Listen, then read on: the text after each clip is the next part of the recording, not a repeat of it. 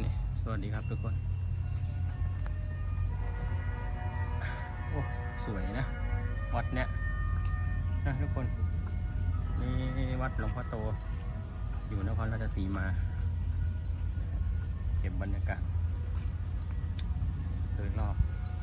วันนี้วันธรรมดาคนมันไม่ค่อยเยอะพอดีผมผ่านมาแถวนี้มาส่งงานแวะเก็บบรรยากาศหน่อยทุกคนโอ้โหสวยจริงมาคนเดียววันนี้มาคนเดียวไม่มีตากล้องนะครับ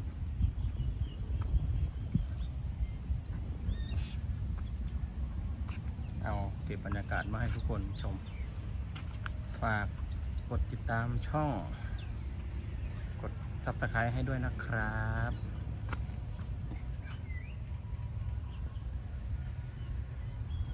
อากาศกำลังดี